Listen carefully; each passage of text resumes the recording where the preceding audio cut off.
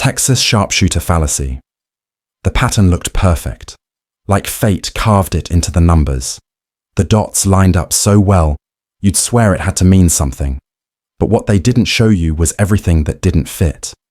The rest of the data? Erased. This is the game. Shoot randomly, then circle the hits, and claim you're a genius. They build the target after the bullet holes appear, and suddenly, what was random becomes proof. A diet company, for example, runs 50 studies. 3 show weight loss. The other 47 show nothing. So what do? They publish the 3 and bury the rest. It looks like their system works, because you're only seeing what they want you to see. That's the heart of this fallacy. They didn't discover a pattern. They built it, not with honesty, but with selection. And by the time you realize it, you're already convinced. Because your brain loves order. It craves meaning. And this fallacy feeds that craving with a lie that feels too clean to doubt. But truth is never that perfect. And the moment a pattern looks flawless, you should start wondering what was left out. Ad hominem. You bring up a point, solid, sharp, maybe even uncomfortable, but instead of responding to what you said, they come straight for you. Your past, your appearance, your tone, your mistakes, not your argument, you.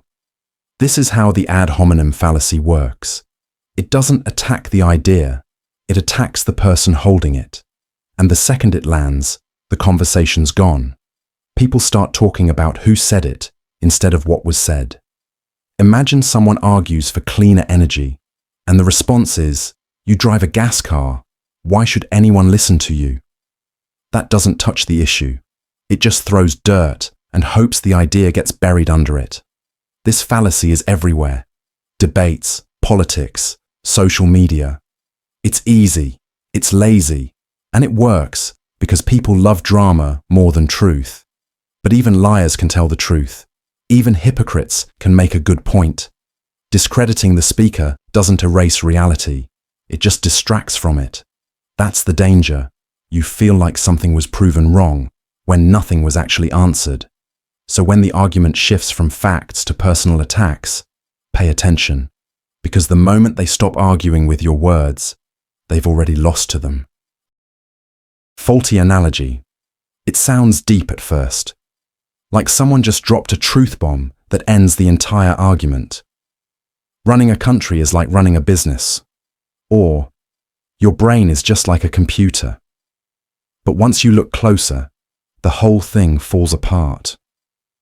This fallacy hides behind surface-level similarities and hopes you won't notice the massive differences underneath. It grabs 2 things that kinda look alike and acts like they're the same. But they're not. A country isn't driven by profit. A brain doesn't crash when it runs out of memory. The analogy is smooth, but the logic is hollow. That's how this fallacy works. It replaces real thinking with a clever shortcut.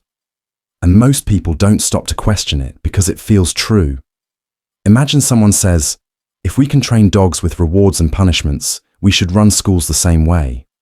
But kids aren't dogs. They think, they feel, they rebel. The comparison ignores everything that actually matters. That's the danger. A bad analogy doesn't just confuse, it controls. It steers the argument somewhere it never belonged. And the more polished it sounds, the easier it slips past your defenses. So the next time someone compares 2 things like they're twins, pause. Because what they're really doing is hiding the truth behind a clever rhyme. Burden of proof. They make the claim, they throw it out like a challenge, and then lean back and say, "Prove me wrong." Sounds fair, until you realize that's not how truth works. In this fallacy, the person making the argument avoids giving evidence, and instead demands that you disprove something they never proved in the first place. It flips the rules. It puts all the pressure on the skeptic, while the speaker walks away untouched. Imagine someone says, "Ghosts are real. Prove they're not." But that's not your job. If they believe it, they need to show why it's true. Otherwise, anyone could claim anything, and you'd waste your life chasing shadows. This fallacy shows up in debates, conspiracy theories, even casual arguments. It sounds confident. It feels like a trap. And that's the point. It's easier to challenge someone else than to explain yourself. But belief without proof isn't strength. It's just noise waiting to be questioned. Real arguments come with reasons. Real claims carry weight. If someone can't back up what they said, they don't deserve to win the conversation. So next time someone throws you the burden and walks away, don't carry it. Just leave their empty claim where it belongs, in the dark, without evidence to stand on. Strawman Fallacy. You make a point, carefully, clearly, but they don't answer that. They twist it, shrink it, or stretch it until it becomes something dumb, something extreme, something easy to knock over. Then they destroy that version and act like they've won. That's the Strawman Fallacy. It's not about disproving what you said. It's about replacing it with something weaker and setting it on fire. Imagine someone says, "We should spend more on mental health," and the reply is, "Oh, so you just want to cut all funding for physical hospitals?" That wasn't said, but it feels like a rebuttal. That's what makes it dangerous. It hijacks your words, builds a fake version, and beats that instead. And most people watching don't even notice. It's used to win fast, to dodge complexity, to make your idea look worse than it is. But the real argument never gets touched. It's still standing, ignored in the background. So when someone responds to something you never said, step back. Because they didn't defeat your point. They ran from it. And all they proved is that your real argument was too strong to face. False dilemma. They corner you with two choices, this or that. No in-between, no middle path, no third door. And the worst part? Neither option feels right. That's the false dilemma. It forces complex issues into a black and white frame, pretending there are only two answers when the truth might live somewhere in the grey. It's not about helping you decide. It's about limiting what you're allowed to choose. Imagine someone says, "Either you support every decision this country makes, or you hate it." That's not how real life works. You can love something and still criticize it. But this fallacy doesn't care. It simplifies the world into extremes and punishes anyone who doesn't pick a side. It shows up in politics, arguments, relationships, anywhere control is more important than truth. Because the moment you accept the fake choice, you've already lost. You're arguing inside a trap. So when someone tells you there are only two options, slow down. Because reality rarely comes in pairs, and real thinking begins where the script ends. Appeal to nature. It sounds innocent, pure. It's natural, so it must be good. That's the trap. This fallacy hides behind the word natural, like it means perfect, safe, or right. But nature isn't always kind, and it doesn't care about your health, comfort, or survival. People use this fallacy to sell ideas without evidence. This herb grows in the wild, so it cures everything. Cavemen didn't eat processed food, so you shouldn't either. But poison is natural. Disease is natural. Starvation is natural. That doesn't make them good. This fallacy shows up in health trends, diets, and anti-science rants. It works because natural feels wholesome. It sounds like truth, but it skips over reality. What matters isn't where something came from, it's what it does. Imagine someone says, "Don't take that medicine, it's not natural." But if it saves your life, does it matter if it came from a lab or a leaf? The appeal to nature doesn't argue with facts, it argues with feelings. And when feelings replace reason, the truth gets buried in pretty words. So when natural is used like proof, look closer. Sometimes the most dangerous lies wear the softest masks. Hasty generalization. One moment, one story, one experience, and suddenly it becomes a rule. That's how this fallacy traps you. It takes something small and stretches it into a massive claim without enough proof to back it up. Someone gets scammed once and says, all online sellers are thieves. One bad date, and now every relationship is doomed. It feels true in the moment, especially when emotions are high. But it's not logic, it's reaction. This fallacy skips the work of understanding and rushes into judgment. And the faster you judge, the more likely you are to get it wrong. Imagine meeting two rude tourists and deciding an entire country is full of terrible people. It's lazy thinking disguised as certainty. And the more we do it, the less we see people for who they are. We only see the label we slapped on them. Hasty generalizations grow into stereotypes, into hate, into walls that block truth. Real understanding takes time, and if someone hands you a conclusion that came too fast, it probably wasn't earned. So slow down. Because one spark doesn't mean there's a fire, and one story doesn't speak for the whole world. Red herring. The moment things get uncomfortable, they change the subject. Not directly, but just enough to pull your attention away. That's the red herring. A distraction dressed as relevance. It sounds like part of the conversation, but it quietly shifts the focus. Imagine someone's caught lying, and instead of explaining, they say, well, what about your mistakes? Or you ask a question about money, and they start ranting about loyalty. It feels connected, but it's not. It's misdirection. This fallacy shows up when people can't defend their point, so they lead you somewhere else entirely, somewhere safer, somewhere easier, and most people follow without realizing they've been pulled off track. The red herring doesn't argue, it distracts, it doesn't answer, it avoids. And when it works, the original issue is forgotten. That's the goal. Because as long as you're chasing the wrong trail, the truth stays hidden behind you. So if the topic suddenly shifts right when the pressure rises, stop walking. You might be following a scent that was never real to begin with. Fallacy Fallacy. They spot the error, they call it out, and they think that's the end of it. But here's the twist. Just because someone argued badly doesn't mean they're wrong. That's the Fallacy Fallacy. It's the mistake of thinking a flawed argument automatically means a false conclusion. Imagine someone says, you shouldn't smoke because my uncle did and he died. And you point out the emotional reasoning. Sure, the logic's shaky, but that doesn't make smoking safe. This fallacy hides in debates where people are so focused on gotchas, they forget to actually listen. It's easy to attack how something is said and ignore what's being said, but truth doesn't depend on perfect phrasing. Even the worst speaker can be right. This fallacy lets people dodge reality by aiming at weak arguments instead of the facts underneath them. It feels like a win, but it's not. It's just missing the point.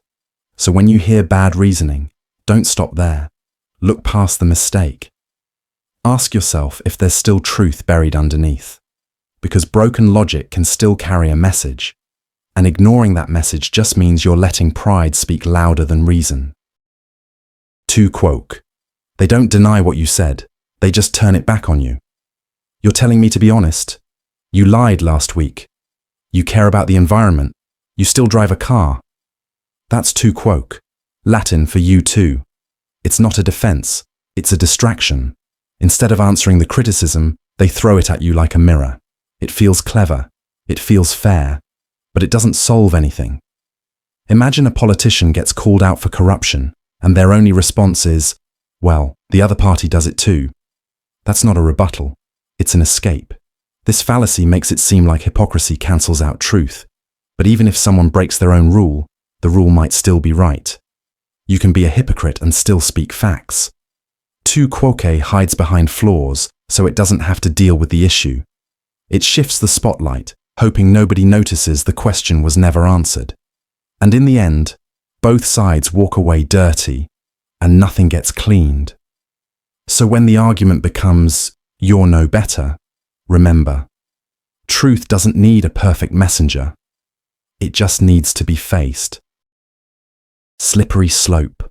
One step, and suddenly you're falling. Not literally, but that's what they want you to believe.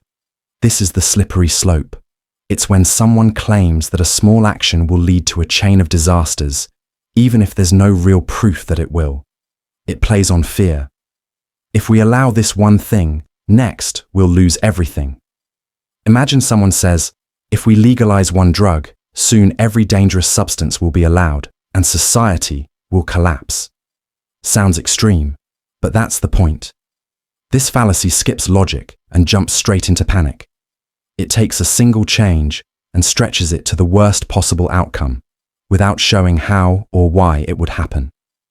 It makes people afraid to act, to question, or to compromise because they've been convinced that even one step forward means sliding into chaos. But real life isn't that fragile. Most decisions don't lead to freefall. This fallacy thrives on exaggeration, not evidence. So when someone says, this will definitely lead to that, ask them how. Because if their argument needs fear to survive, it was never built on truth to begin with. Quoting out of context. The words are real, but the meaning? Twisted. That's the quoting out of context fallacy. It happens when someone takes a sentence, or even just a few words, and rips them away from the original meaning to make it sound like it supports their point. It's not just dishonest, it's dangerous. Imagine a scientist says, this drug has risks, but under proper use, it can be life-saving. Then someone quotes only, this drug has risks, to scare people. Same words, completely different message. This fallacy shows up in politics, media, debates, anywhere people want to manipulate the audience without telling the full story. It works because the quote sounds convincing, but what's missing changes everything. So when someone pulls out a line that feels too perfect, too dramatic, ask where it came from, because the truth lives in the full picture. And the moment you cut out the rest, you're not sharing knowledge, you're selling a lie. Loaded question. It sounds like a normal question, but when you try to answer, you feel trapped. Like no matter what you say, you lose. That's the loaded question. It hides an accusation inside a question, so that answering it means admitting something you never agreed to. Imagine someone asks, why are you always lying to me? If you say, I'm not, it still sounds like denial. If you say, I don't know, you've already confessed. The question was never fair. It was designed to corner you. This fallacy doesn't look for truth. It looks for submission. It makes you look guilty without giving you a way out. It's used in arguments, interviews, and manipulative conversations, anywhere someone wants to win without proving anything. And it works because it feels like you have to answer, but you don't. The trap only works if you walk into it. So when a question feels like it's already decided the answer, don't play along. Step back. Because sometimes the smartest response is not answering a rigged game. Appeal to authority. They don't give you proof. They give you a name, a title, a reputation. A doctor said it, so it must be true. This expert agrees. Case closed. That's the appeal to authority. Instead of explaining why something is right, they point to who said it, like the speaker's status makes their words untouchable. But being respected doesn't mean being correct. Even the smartest voices can get it wrong. Imagine a celebrity promoting a miracle cure with no evidence. People believe it, not because it works, but because they said so. That's the trap. This fallacy replaces thinking with obedience. It trains you to trust names over knowledge, to accept claims without questions. And when the authority is fake, biased, or speaking outside their expertise, the damage gets worse. Titles don't equal truth. Real arguments stand on reason, not rank. So next time someone leans on a name instead of an explanation, listen carefully, because truth doesn't need fame to be real. It just needs facts. Special pleading. The rules apply to everyone, until they don't. That's what this fallacy tries to sell you. Special pleading is when someone makes an exception for themselves, their idea, or their belief, without any real reason. The logic stays the same, except when it gets in their way. Imagine someone says, everyone should pay their debts, but when they owe money, suddenly it's different. My situation's unique. No evidence. No real justification. Just a personal excuse wrapped in emotion. This fallacy breaks logic quietly. It doesn't argue, it begs. It leans on feelings, on sympathy, on unfair what-ifs that don't apply to anyone else. It's used when the truth starts cutting too close. And instead of changing the belief, they carve out a space where the belief can live untouched. But truth doesn't bend for comfort. If your claim needs an exception to survive, maybe it shouldn't. So when someone demands fairness, but won't play by the rules they set, watch closely. Because once logic makes a special case for one, it stops being logic at all. Circular reasoning. It feels like they're explaining something, but really, they're just looping around, over and over. That's circular reasoning. It's when the conclusion is hidden inside the premise, and the argument ends right where it started. Nothing is proven, but it sounds like it was. This book is true because it says it's true. He's trustworthy because he never lies. The claim supports itself, using itself as proof.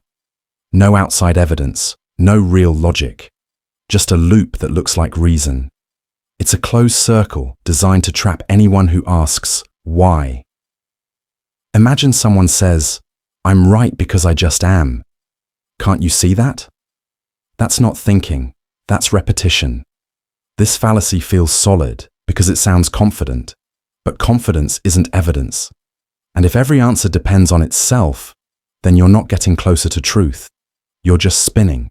So when the explanation feels like a mirror, reflecting itself instead of reality, pause. Because the louder the circle gets, the emptier it usually is. Composition fallacy. One piece is true, so the whole thing must be. That's the lie this fallacy wants you to believe.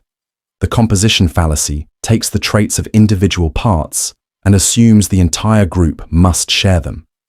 But what's true in pieces isn't always true in the whole. Imagine saying, every player on the team is a star, so the team must be unbeatable. But that's not how teams work. Great players can still lose when they don't work together. Or, each ingredient in this meal is tasty, so the dish must be delicious. Not if they clash. This fallacy sounds logical, but it skips the part where things combine. It ignores the fact that putting things together can change how they behave. It's lazy logic that hopes you won't look too close, because it's easier to generalize than to analyze. So when someone tries to prove a big truth based only on its smaller parts, watch for the trick. Because just like a puzzle, having perfect pieces means nothing if they don't fit together. Affirming the consequent. It looks like logic. If A, then B. B happened, so A must have caused it. But that's where the fallacy hides. Affirming the consequent flips reasoning backwards, pretending that just because a result occurred, the original cause must be true. Imagine this. If it's raining, the ground will be wet. The ground is wet, so it must be raining. But maybe someone washed their car. Maybe a pipe burst. Just because the outcome matches doesn't mean the cause is proven. This fallacy pretends correlation means certainty. It's used in arguments where people want a clean answer, but skip the part where other explanations exist. It feels neat, but it's lazy. It trades logic for convenience.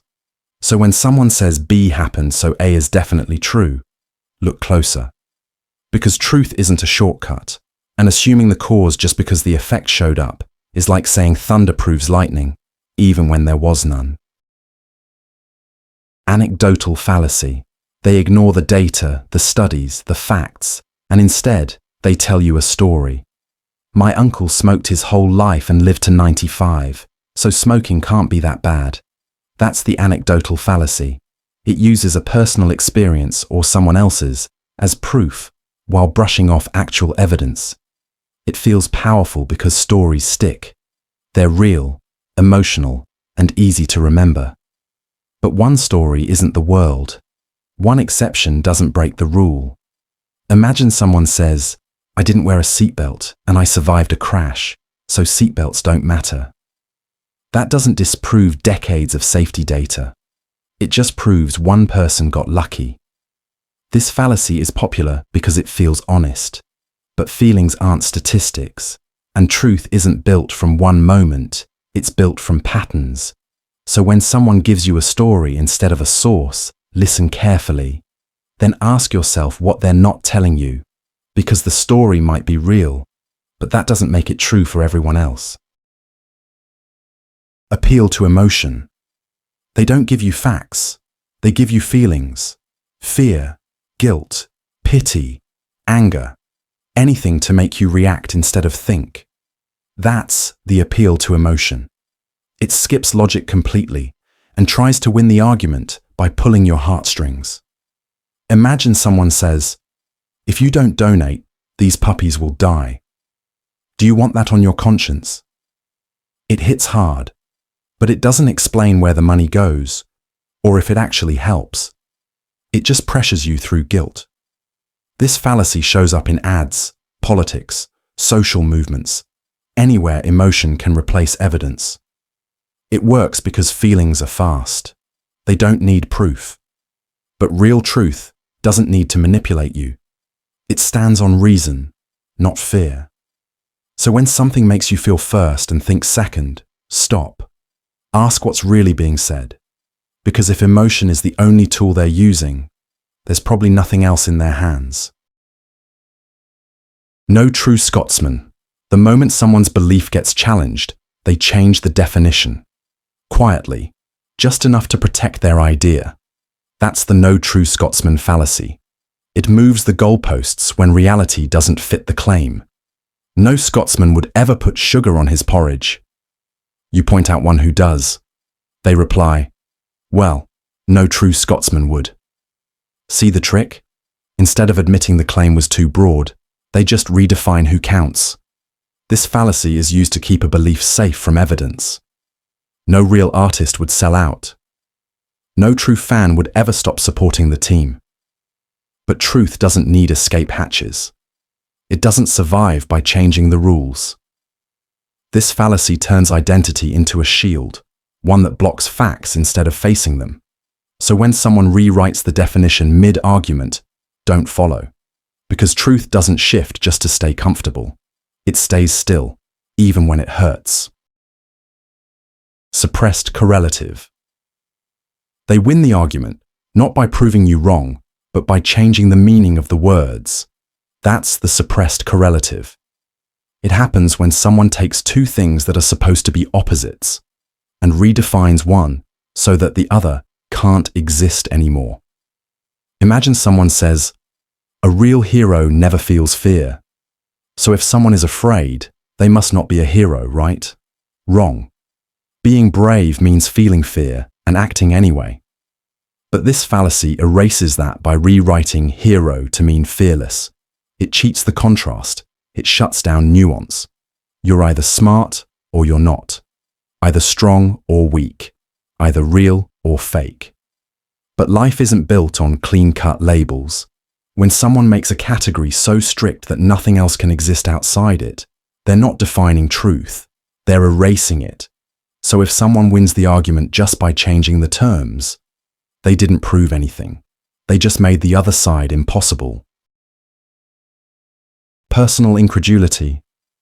I don't get it, so it must be false. That's the heart of the personal incredulity fallacy. It shows up when someone rejects an idea simply because they can't understand it. Not because it lacks proof, but because it feels too strange, too complex, or too unfamiliar. I don't see how evolution works, so I don't believe in it. Or, quantum physics makes no sense to me, so it can't be real. But reality doesn't shrink to fit your understanding. Truth doesn't need to be easy to be true. This fallacy turns confusion into a weapon, used to shut down facts that challenge comfort. It's a mental shortcut. Instead of learning, you dismiss. Instead of asking, you reject. But the world is full of things we don't fully grasp. And that's not a flaw. That's the starting point of growth. So when someone says, "That just doesn't make sense to me," ask yourself, is it really wrong or just unfamiliar? Because disbelief isn't proof, it's just the edge of your perspective. Ambiguity fallacy. The sentence sounds clever, maybe even true, but there's a catch. One word carries two meanings. That's the ambiguity fallacy. It hides inside language, using double meanings or unclear phrasing to slide through arguments without being caught. Someone says, "All trees have bark. Dogs bark. Therefore, all dogs are trees." It's nonsense, but the words trick you because bark means two different things. Or someone argues, "I have a right to watch what I want, so it's right for me to do it." But right doesn't mean the same thing in both cases. This fallacy thrives in wordplay, vague definitions, and slippery logic. It avoids being wrong by being unclear. And the moment you try to pin it down, it shifts. That's the game. The argument only works if you don't ask what the words actually mean. So when something sounds off, but you can't say why, look closer. If the meaning isn't clear, the truth probably isn't either. Genetic fallacy. It doesn't matter what was said, only where it came from. That's the genetic fallacy.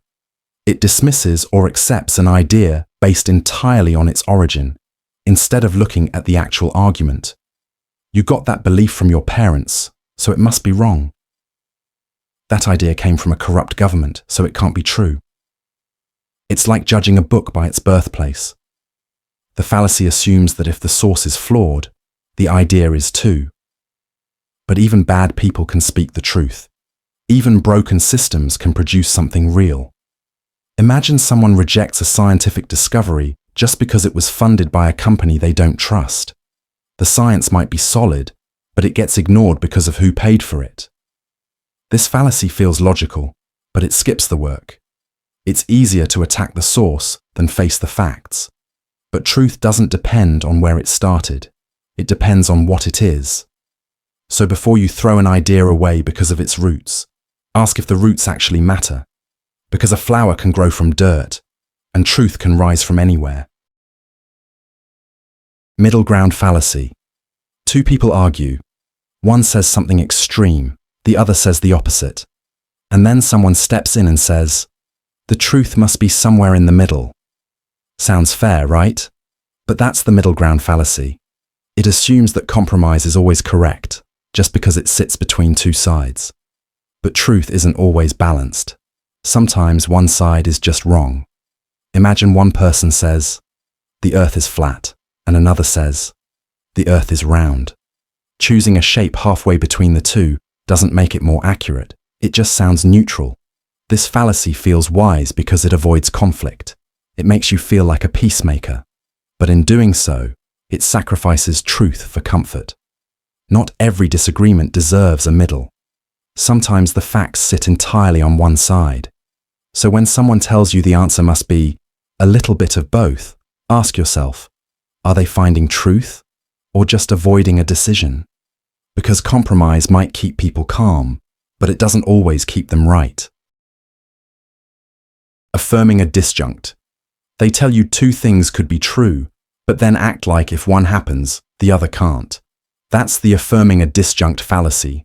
It misuses an or statement, treating it like a competition when it isn't. I'll go to the gym or I'll go for a run. You choose the gym, and someone says, so you're not going for a run. But both could have been true.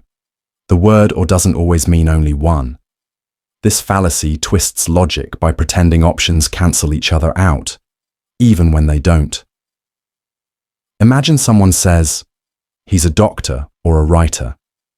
You find out he's a doctor, and they act like that proves he's not a writer. But he could be both. The mistake happens when inclusive, or is treated like exclusive, or it's subtle, but it breaks arguments quietly. So when someone shuts down a possibility just because another one is true, pause. Because in reality, life isn't always either or. Sometimes it's both. Appeal to tradition. It's always been this way, as if that alone makes it right. That's the appeal to tradition. This fallacy argues that something must be true, good, or better simply because it's old or familiar. No evidence, no logic, just history used as a shield. We've done it this way for generations. This is how things have always been.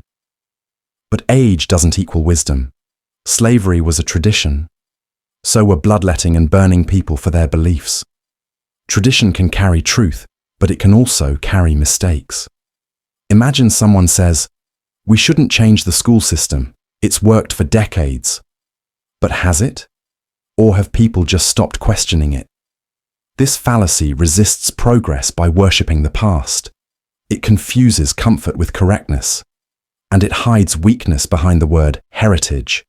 So when someone defends an idea just because it's old, ask why it still deserves to survive. Because time doesn't purify everything. Some things age into wisdom, others just rot quietly in tradition. Sunk cost fallacy.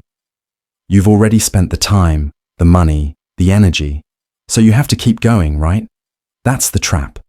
The sunk cost fallacy makes you stick with something just because you've already invested in it, even when it's clearly failing. It's emotion disguised as logic. I've already watched 3 seasons of this terrible show. Might as well finish it. We've poured millions into this project. We can't stop now. But those costs are gone. Paid. Done. Holding on won't bring them back. This fallacy feeds on pride, regret, and the fear of admitting it was a waste. Imagine someone stays in a toxic relationship saying, "We've been together 5 years. I can't walk away now." But staying won't fix the years already lost. It just loses more. Smart choices are about the future, not the past. And if the only reason to keep going is because you already did, that's not strength. That's fear wearing commitment's face. Appeal to ignorance. Nobody can prove it's false, so it must be true. That's the appeal to ignorance. This fallacy takes a lack of evidence and twists it into proof. You can't prove aliens don't exist, so they must. No one's shown this miracle cure doesn't work, so it probably does. But silence isn't support. Just because something hasn't been disproven doesn't mean it's real. Sometimes we just don't know yet. This fallacy feeds on doubt, on mystery, on gaps in knowledge. It turns uncertainty into belief. Imagine someone claims a haunted house is full of ghosts, and when you ask for proof, they say, "Well, you can't prove it's not haunted." That's not logic. That's reverse reasoning. Truth isn't what we can't disprove. It's what we can prove. So when someone leans on what's missing instead of what's there, don't mistake the darkness for evidence. It might just mean the lights haven't been turned on yet. Continuum Fallacy. There's no clear line, so they claim there's no difference at all. That's the Continuum Fallacy. It happens when someone argues that because there's a gradual change between two things, the distinction between them doesn't matter. Where do you draw the line between tall and short? You can't, so the difference must be meaningless. But just because a boundary is blurry doesn't mean it's not real. Imagine someone says, "There's no exact moment when someone becomes an adult, so adulthood doesn't exist." That's the fallacy in action. It uses the grey area to deny that categories exist at all. But in real life, small changes still add up. A few degrees make the difference between water and steam. A few grains become a pile. The fallacy pretends that if you can't draw a perfect line, then no line exists. But truth often lives on a spectrum, and just because it's hard to measure doesn't mean it's not there. So when someone says there's no difference, just because the shift is slow, remember, blurry doesn't mean blank. Equivocation Fallacy. One word, two meanings, and they're counting on you not noticing the switch. That's the Equivocation Fallacy. It sneaks through arguments by using the same word in different ways, so the logic sounds solid, even when it's not. A feather is light.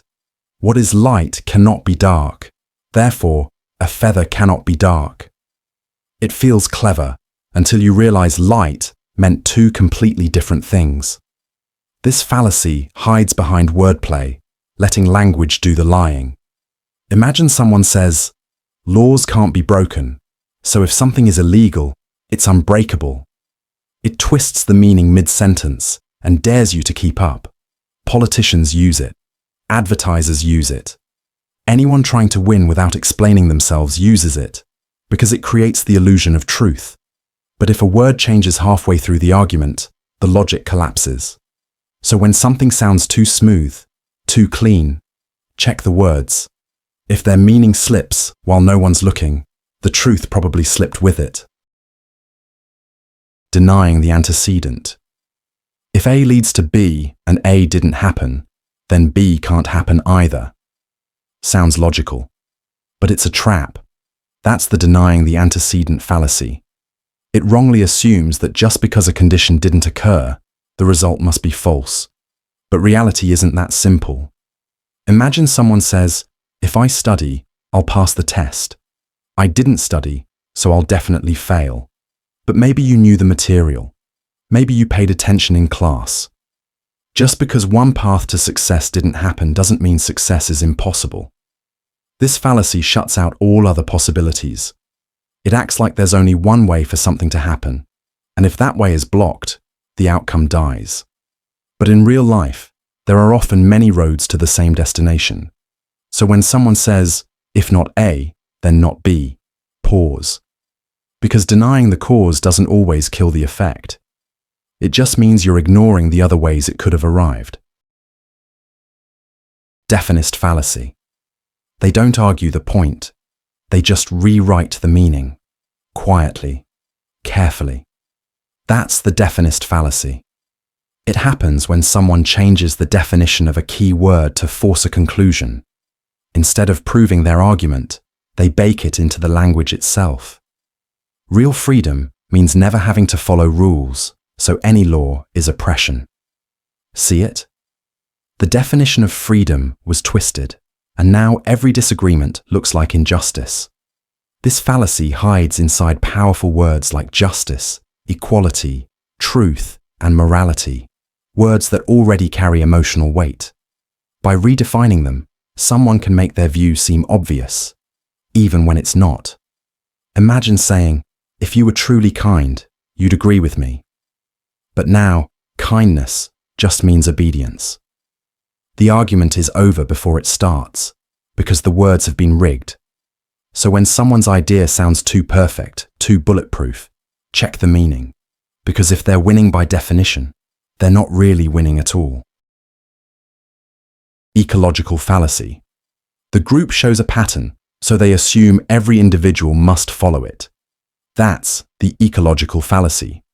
It takes data about a population and wrongly applies it to each person inside it.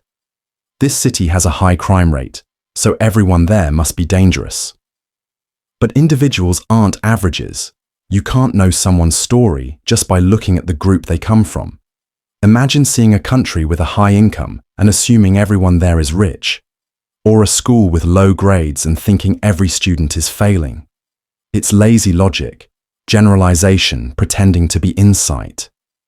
This fallacy skips the details, ignores the exceptions, and buries the truth under broad strokes. But statistics describe trends, not people. And when you judge someone by their group's numbers, you're not seeing them. You're seeing a label. So when the argument goes from most to all, or from group to person, pause. Because data speaks in averages, but truth speaks in specifics. Proof by assertion. They say it once, and it sounds bold. They say it twice, and it starts to stick. Say it 100 times, and suddenly, people believe it's true. That's proof by assertion. This fallacy relies on repetition, not reasoning. No evidence, no argument, just the same claim, over and over, until it feels like fact. The election was rigged. This product is the best. You can't trust the media.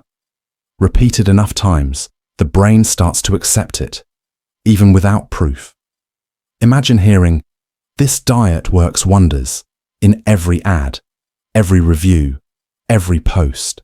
You start to believe it, even if there's no science behind it. This fallacy doesn't argue, it overwhelms.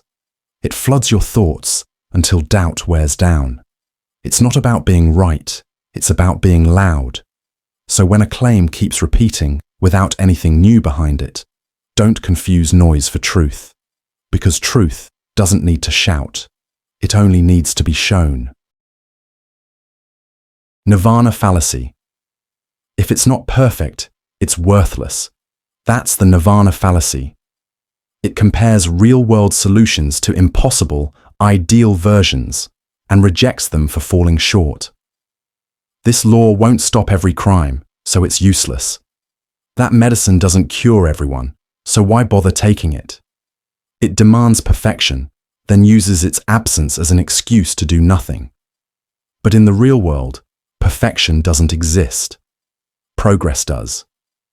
Imagine someone says, "Why switch to renewable energy? It still pollutes during manufacturing." That's true, but far less than burning fossil fuels forever. This fallacy blocks change by making the perfect the enemy of the good. It treats improvement like failure if it doesn't solve everything. And the longer people wait for a flawless answer, the more damage imperfect problems can do.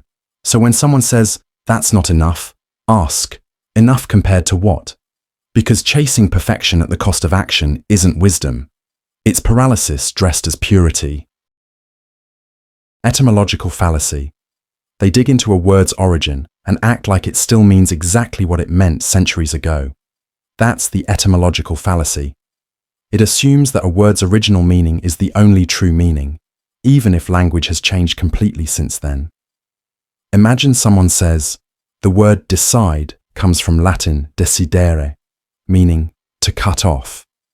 So when you decide something, you're cutting off all other possibilities."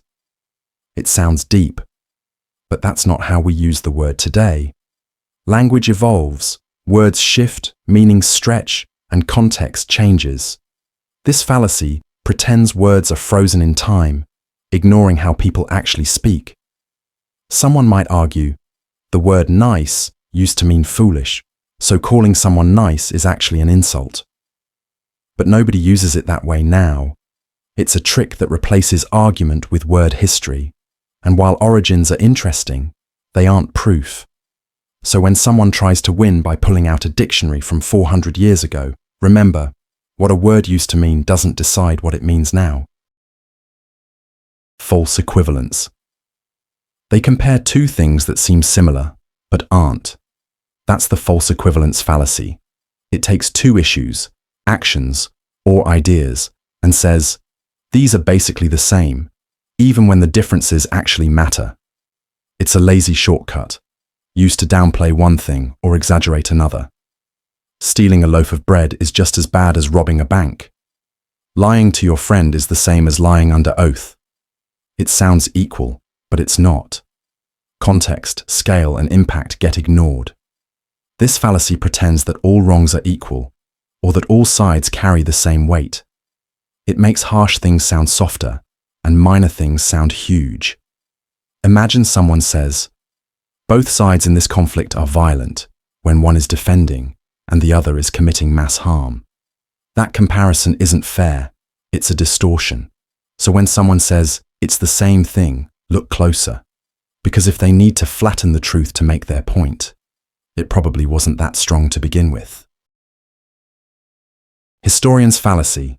They look back at the past like it was obvious. Like everyone back then should have seen it coming. That's the historian's fallacy. It judges the decisions of people in history as if they had all the information we have now. How could they not know the war was a mistake? Why didn't they see the disaster coming? But the people living it didn't have the ending. We do. This fallacy acts like the past was written in bold letters, when it was really a blur of fear, doubt, and missing facts. Imagine blaming a general for not avoiding an ambush when the maps were wrong and the signals were unclear. It's easy to sound smart after the outcome is known. But back then, they were guessing, hoping, surviving. This fallacy replaces empathy with hindsight. It forgets that history isn't made by people who knew, but by people who decided in the dark.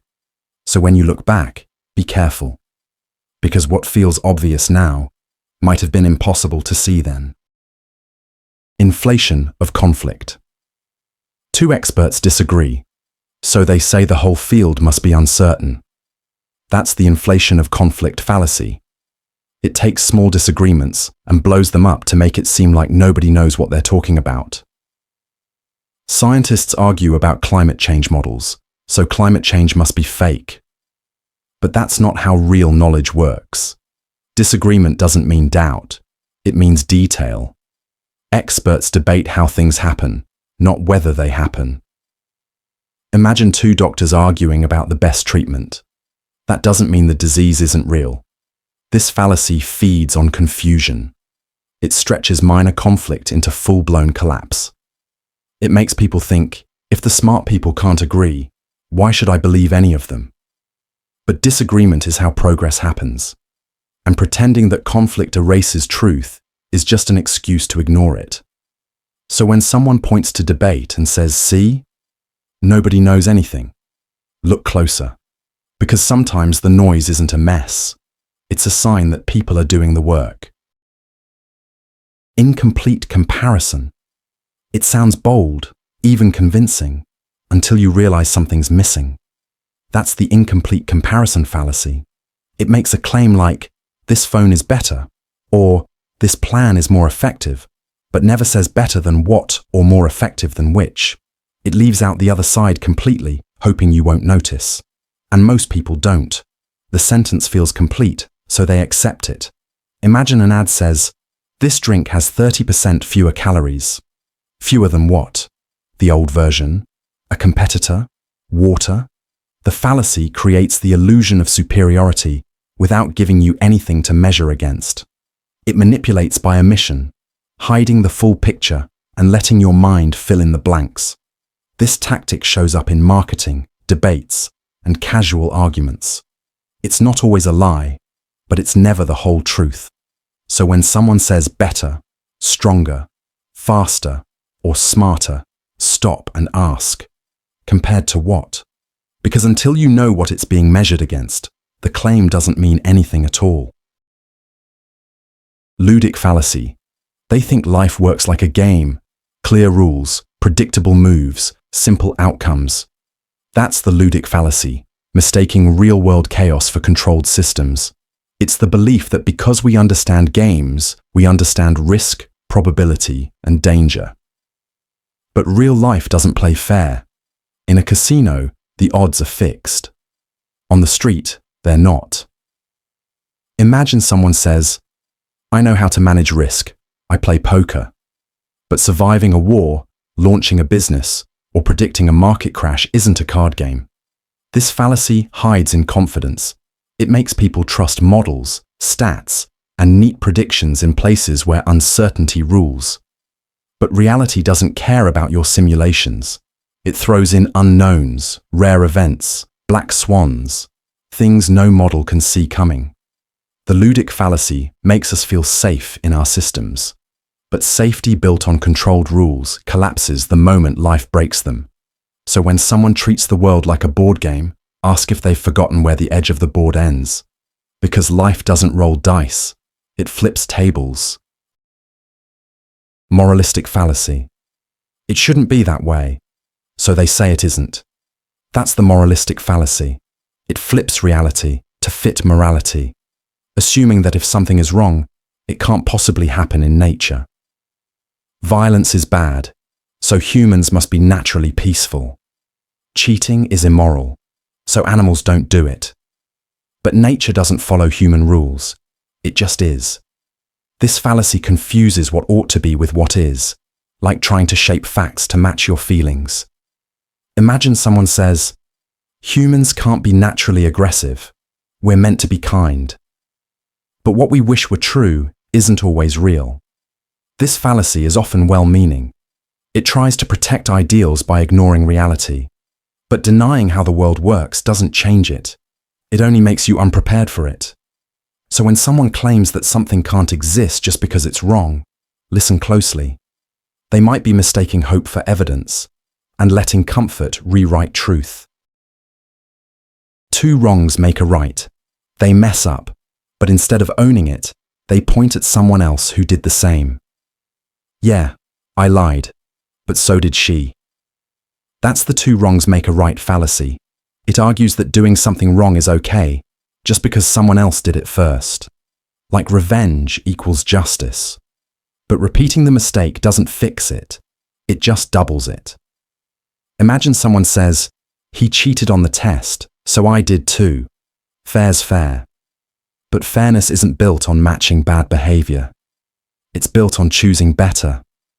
This fallacy shows up when people want to justify what they know is wrong. It turns accountability into comparison. And it spreads guilt around like it cancels itself out. But it doesn't. Wrong stays wrong, even if others did it too. So when someone says, "They did it first," ask them, what does that change? Because following failure doesn't make you right. It just makes you next. Appeal to spite. They don't give you a reason. They just give you a grudge. That's the appeal to spite fallacy. It uses bitterness, anger, or resentment to push a conclusion, without any logic at all. Why should you support that policy? Remember how those people treated you. It doesn't matter if the idea works or not. They want you to reject it out of pure spite. Imagine someone says, "Don't vote for her. She ignored your emails last year." That has nothing to do with whether she's right for the job. It just plays on your frustration. This fallacy turns hurt into argument, but emotion isn't evidence, and revenge isn't reasoning. It clouds judgment with payback, making you feel powerful while keeping you blind. So when someone fuels your anger to make a point, pause. Because if spite is the only thing holding the argument up, there's probably nothing underneath it at all. Appeal to wealth. They say it must be right, because it's expensive, or because a rich person said it. That's the appeal to wealth fallacy. It assumes that money equals truth, that success equals wisdom. He's a billionaire, so his opinion must be valid. This product costs more, so it has to be better. But price isn't proof, and wealth doesn't guarantee intelligence. Imagine someone says, "You should listen to her diet advice. Look how rich she is." That might sound convincing, but money doesn't make someone a nutritionist. This fallacy confuses status with substance. It makes people trust shiny things over solid reasoning, and it tricks you into thinking that truth wears designer clothes. But the truth doesn't care about your bank account. So when someone leans on wealth to win an argument, step back. Because wisdom isn't bought, it's earned. And being rich doesn't make you right, it just means you can afford to be loud. Appeal to poverty. If it's simple, humble, or poor, it must be pure. That's the appeal to poverty fallacy. It claims that because someone is struggling, unknown, or has little, they're more honest or morally right. He's not rich, so he must be telling the truth. This small, cheap brand is better than big corporations. It's more real. But having less doesn't make you wiser. Just like wealth doesn't prove truth, poverty doesn't either. Imagine someone says, "This old, homemade remedy works better than any pharmacy drug because it's natural and cheap." That may sound honest, but truth isn't decided by price tags. This fallacy romanticizes struggle. It treats hardship as a shortcut to virtue. But life isn't that simple. Some lies are told quietly. Some scams wear rags. And not every small voice speaks truth. So when someone claims poor equals pure, look deeper. Because truth doesn't care if it comes from a mansion or a broken shack. It only cares that it's real. False balance. They treat both sides like they're equal, even when one has facts and the other has noise. That's the false balance fallacy. It says, let's hear both perspectives, even when one is backed by mountains of evidence, and the other is built on denial, misinformation, or nothing at all. It feels fair. It sounds neutral. But it's not. Imagine a news show giving a climate scientist 5 minutes, then giving a climate change denier the same time, in the name of balance. That's not objectivity. That's misleading. This fallacy tricks people into thinking that truth always sits in the middle. But sometimes the facts are lopsided. Sometimes one side is just wrong. Giving both equal weight doesn't reveal the truth. It buries it. So when someone says, well, let's hear both sides, ask, are we hearing 2 viewpoints, or one fact and one illusion? Because pretending both are equal doesn't make you fair. It just makes you blind.